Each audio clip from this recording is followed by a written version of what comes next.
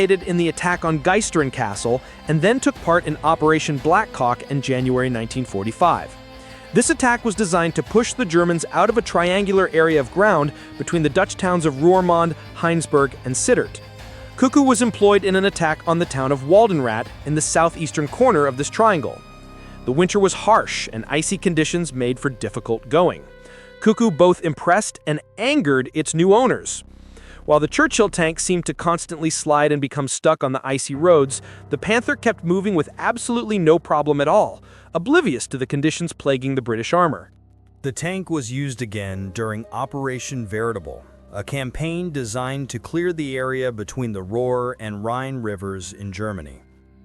During this operation, the British were involved in heavy fighting in the Reichswald, which was forested and inhospitable terrain for tanks.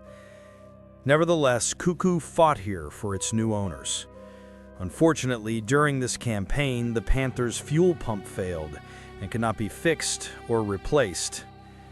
Abandoning the tank, the Coldstream Guards went on to finish the war with their Churchills. The tanks of the resistance. In a very few instances, even resistance fighters used the Germans' own AFVs against them. French fighters purportedly used the few German tanks during the liberation of France in 1944. In Poland, the resistance fighters of the Polish Home Army used several captured tanks in the desperate fighting of the Warsaw Uprising in August and September 1944. As the Soviet Red Army advanced into Poland and approached Warsaw, the Poles rose up against the Nazi occupation. Expecting the Soviets to come to their aid and quickly liberate the city, they were sorely disappointed when the Red Army instead stopped along the line of the river Vistula. This effectively left the Home Army alone against the might of the Nazis, and during 2 months of bloody combat, the Poles were crushed. The Western Allies were unable to provide any useful assistance to the Poles, and most consider the Soviet halt to have been political, aimed at allowing the Germans to destroy the only group thought capable of resisting the coming Soviet occupation. During this fighting, the Polish fighters seized as much German equipment as they could in their desperate struggle.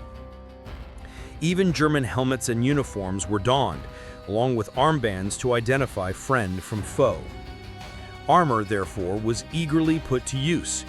Photographic and film evidence shows Home Army soldiers manning both Panther tanks and a Hetzer 75mm self-propelled assault gun. The Hetzer itself was built on a Czech-designed tank chassis, which the Germans had themselves commandeered.